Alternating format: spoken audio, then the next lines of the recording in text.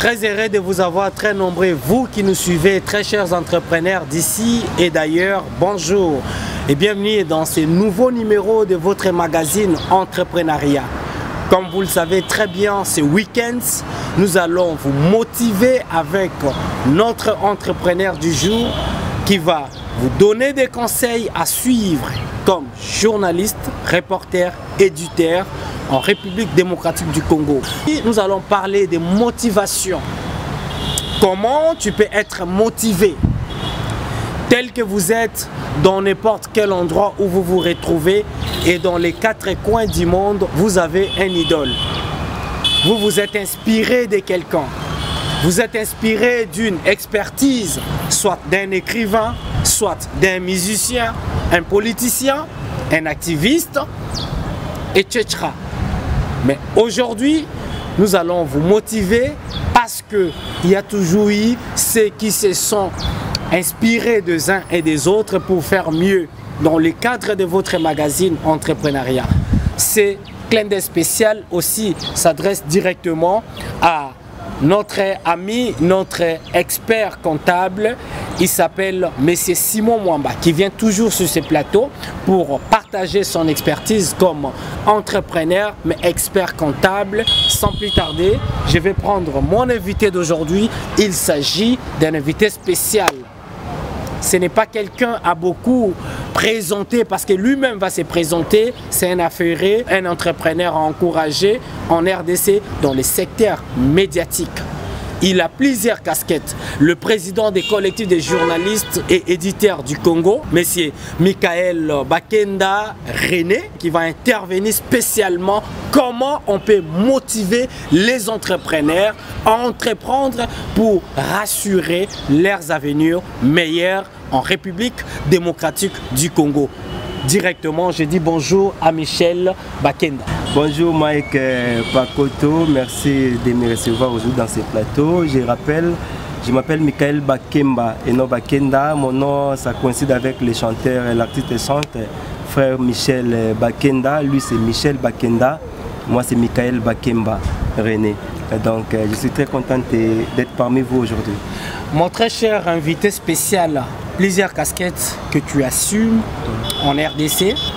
Qu'est-ce que vous, comme journaliste, affairé, expérimenté, peut sur ce plateau spécial du magazine Entrepreneuriat, peut donner comme un conseil pour motiver le jeune qui veulent encore entreprendre, mais ils hésitent encore? Merci beaucoup Mike Pakoto, cher ami.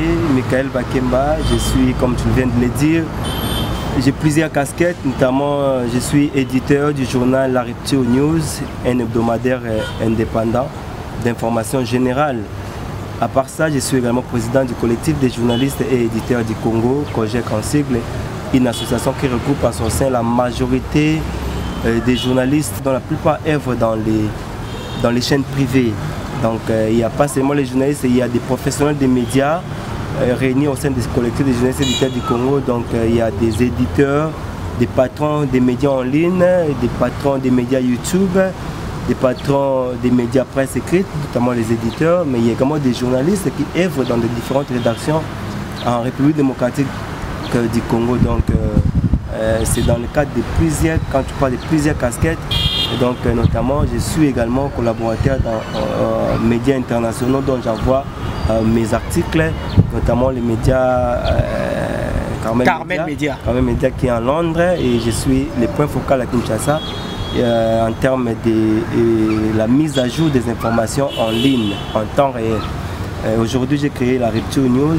Si vous me demandez un conseil pour motiver la jeunesse, le jeune notamment, parce que je suis aussi jeune, je vais encourager les jeunes à investir dans l'entrepreneuriat. Pourquoi? Parce que vu mon expérience, vous savez, quand j'ai fini l'université en 2012, j'ai décroché mon diplôme de licence en journalisme et politique extérieure à l'IFASIC, l'Institut facultaire des sciences de l'information et de la communication, ancien ISTI. Je finis, comme tout étudiant qui vient terminer ses études, il doit faire des stages professionnels. Il faut effectuer des stages professionnels, hormis les stages académiques que j'ai effectués à la Radio-Télévision nationale congolaise en 2012. En 2012, quand je finis, j'ai commencé à effectuer des stages professionnels, notamment la première télévision que j'ai effectué mon stage professionnel, c'était Télé 7. Donc c'était la chaîne républicaine, la télé républicaine. Télé 7 à l'époque. DG Freddy Moulouma était le DG, mais les propriétaires c'était le sénateur Modeste Motinga. J'ai effectué mon premier stage professionnel là-bas en audiovisuel. C'était pas facile, le début était toujours dur. Quand j'ai commencé, les anciens, mes aînés, à l'époque, Anita Luamba, que je salue en passant, elle me motivait, c'était nombreux qui me motivaient. C'est un début, il faut faire d'abord les reportages de proximité, aller sur terrain, descendre sur terrain, faire des constats, notamment sur la dégradation des routes, les saletés à travers la République démocratique du Congo, en fait, basé constant dans les reportages à caractère social. J'ai beaucoup investi, j'ai beaucoup travaillé. Après, j'ai accueilli une expérience et après 12 mois de stage professionnel, donc derrière la République, selon les lois, je devais être engagé. Mais pour les stages, on me dit non, tu dois d'abord devenir collaborateur interne. Après avoir passé mon stage professionnel, je suis retenu pour la collaboration interne. C'est-à-dire je suis journaliste et mes collaborateurs internes. Je suis obligé de venir chaque matin, participer au conseil des rédactions, décrypter l'actualité, descendre sur terrain, collecter l'information, venir à la rédaction pour les traiter afin d'être diffusé. Et après, Télé 7, 12 mois après, en 2013, le patron le propriétaire de la chaîne a décidé de signer un contrat de partenariat avec Star Times pour entrer en TNT. Donc dans le bouquet Star Times. Ça a démotivé les amis. À l'époque, l'audimat qu'on avait, on a perdu l'audimat. Et le patron a dit celui qui veut rester, il reste avec nous. Celui qui se sent aisé, il peut partir. J'étais parmi les jeunesses qui avaient décidé de rentrer à la chaîne mère, la RTNC, pour effectuer encore un stage professionnel. Je suis revenu à la RTNC, j'ai commencé encore les stages professionnels là-bas à la RTNC, c'était en 2013. Et après, je devais, normalement c'est moi qui devais passer à l'époque, je faisais également la téléprompteur. Je faisais la téléprompteur. À l'époque, je devais accompagner la présentatrice qui devait présenter le journal de 7 h. Et moi j'étais là comme son assistant parce que je devais faire le téléprompteur. Malheureusement, il n'y a pas l'ordinateur. Il n'y a pas l'ordinateur. J'ai accompagné seulement dans des papiers, en rédigeant des papiers, en actualisant les chapeaux du journal de minuit. Et j'ai dit, comme il n'y a pas de téléprompteur, je ne pouvais pas rester ici te suivre. Je préfère aller te suivre à la maison. Comme je vais travailler encore l'après-midi, je vais revenir l'après-midi. Je suis rentré, juste après mon départ, il y a eu l'histoire là de Mokongobile. Ils sont entrés, ils ont cassé, ils ont fait des trucs là. Et la décision est tombée. Le DG a demandé qu'on suspend tous les collaborateurs, les stages professionnels. Les stagiaires professionnels. Ouais, j'ai été victime aussi. Bon, je me suis dit, bon, c'était la décision qui est tombée, je devais m'incliner. Entre-temps, je dois fonctionner. Je ne peux pas rester à la maison. Mais avant, on reste toujours dans le même vif du sujet. Ouais. Vous avez effectué plusieurs parcours, stages professionnels, être collaborateur.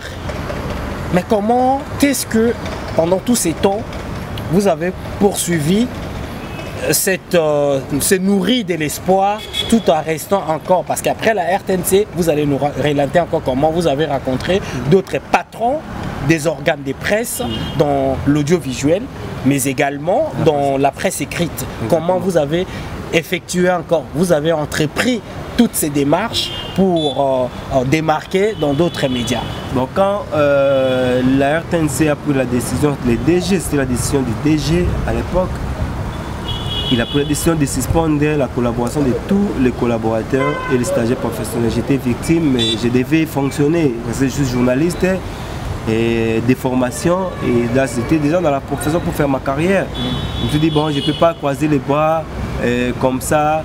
Il y a mon ami Patrick Ouame qui est venu justement me solliciter. Il m'a dit, ah, Mike, il y a une nouvelle chaîne qui vient d'être créée, un organe de presse, une agence de presse, dont Béni Info. C'était un magazine, une agence qui était spécialisé dans les formations d'administration. On appelait à l'époque, on avait un journal d'administration. Et j'étais recruté pour être présentateur journal télévisé pendant plusieurs mois. Et 6 mois après, comme les patrons n'avaient pas assez de moyens pour nous payer, j'étais obligé de quitter. J'étais obligé de quitter parce qu'on ne travaille pas pour travailler en vain comme ça, on travaille pour gagner quelque chose. Et je ne peux pas travailler en vain. Après 6 mois de prestations, j'ai décidé de laisser, de mettre fin à ma collaboration avec l'agence Dombeni Info. Juste après, il y a mon frère, mon aîné, Marcel Moubenga, qui avait également son magazine qui est une ressource spécialisée dans les domaines des énergies, ressources naturelles de la RDC, notamment énergie, mine, cobalt, tout ça, comme ça. J'étais avec lui à l'RTN. Il m'a dit, mon petit, tu es où maintenant? J'ai dit, ah, j'étais à une agence et maintenant il n'y a pas marché. Il m'a dit, viens collaborer avec moi.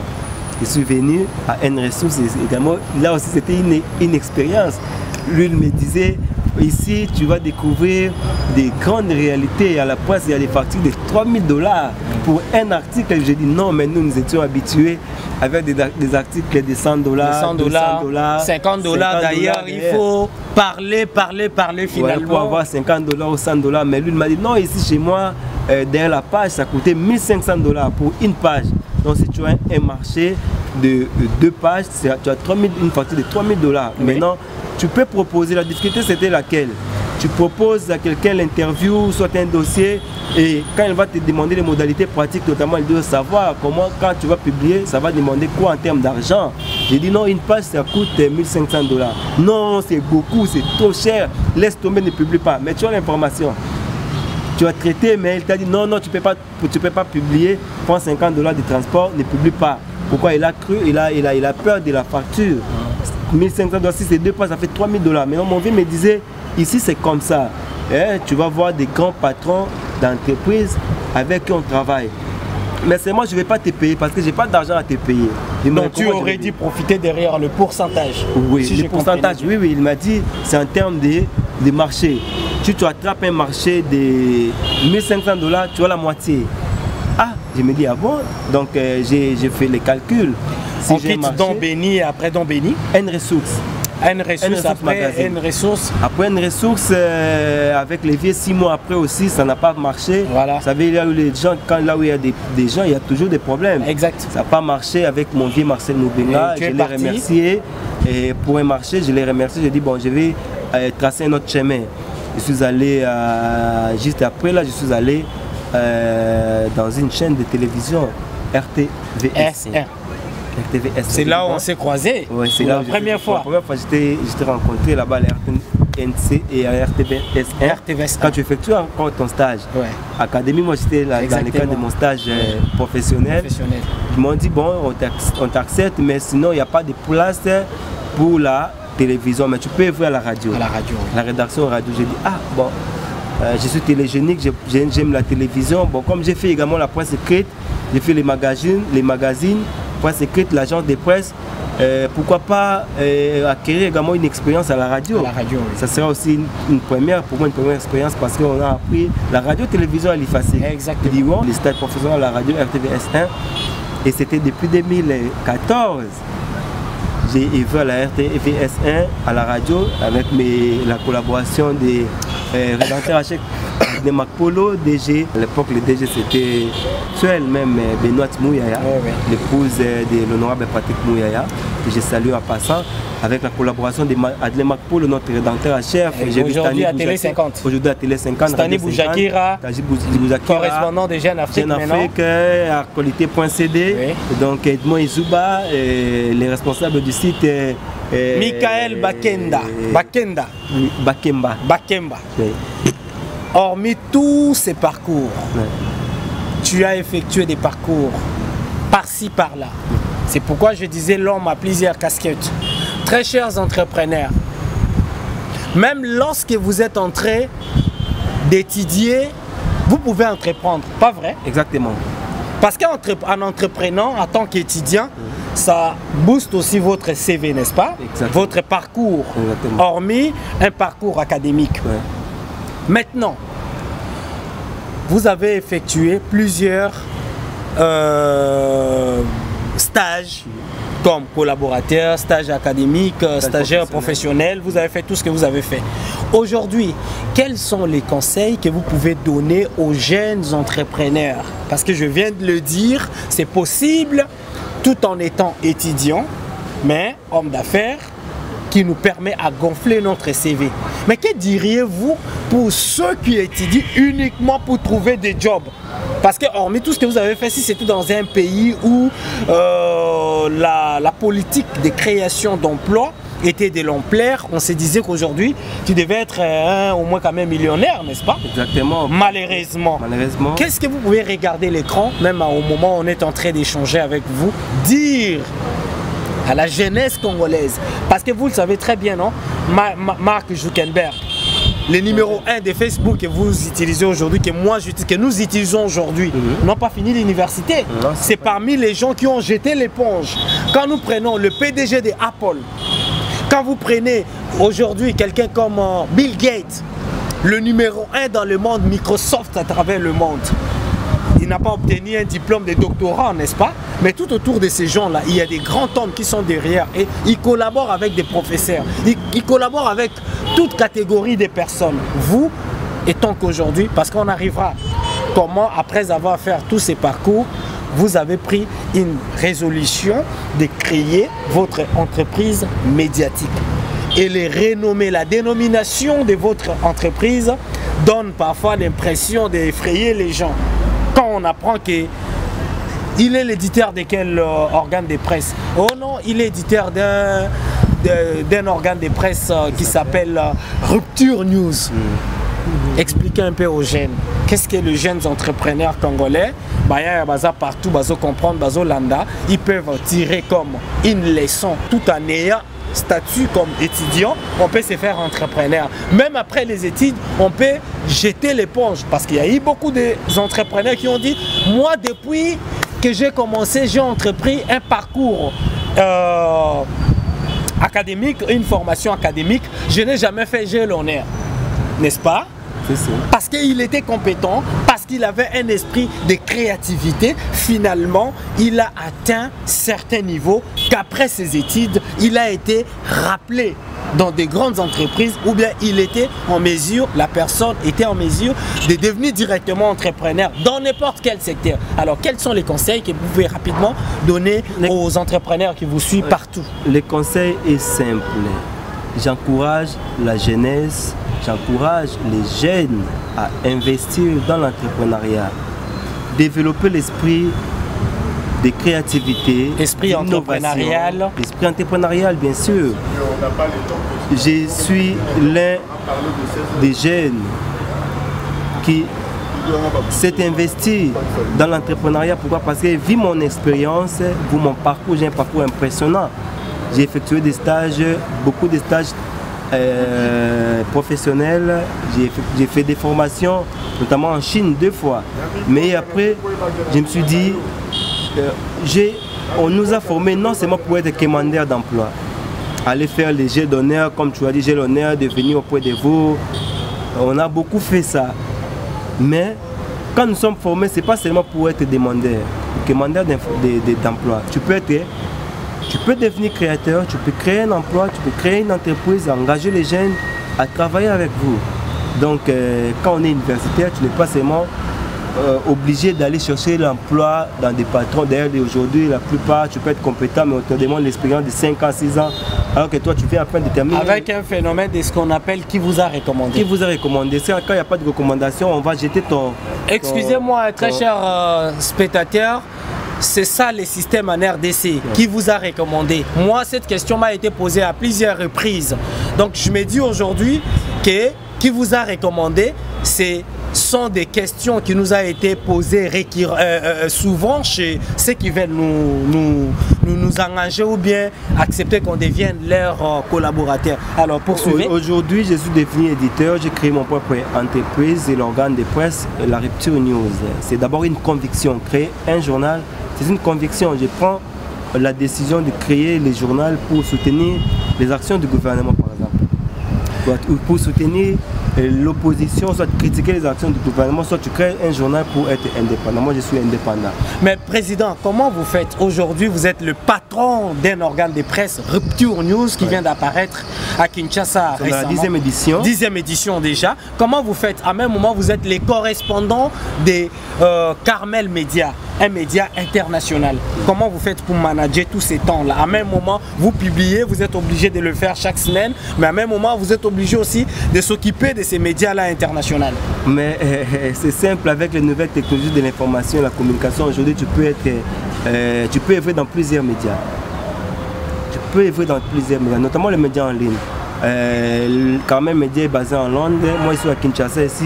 Avec mon téléphone, j'envoie les informations intéressantes à Londres.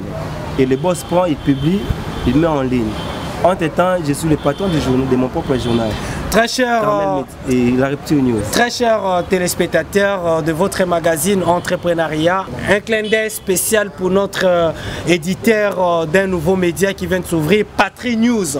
Il s'agit de Narcisse Toumbaki Tengue.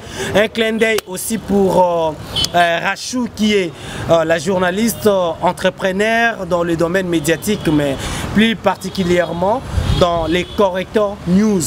En tout cas, des clins d'œil dans le cadre de votre magazine ce week-end spécialement. Un clin d'œil aussi pour Bofoula, le directeur général ou le PDG, le président des conseils d'administration d'une entreprise qui vient de voir le jour récemment. C'est d'ailleurs à l'avant-dernier numéro de votre magazine Entrepreneuriat, BFL Opportunity. Je vous dis déjà un clin d'œil déjà à passant dans le cadre des nouveaux numéros de votre magazine pour ce week-end. Là, sans oublier aussi, je vois directement mon ami qui est Baps, qui était mon dernier invité dans le cadre de votre magazine, dont nous avons parlé de l'entreprise en formation en République du Congo, les cas de BFL Opportunity. Je reviens encore à Michael Bakenda.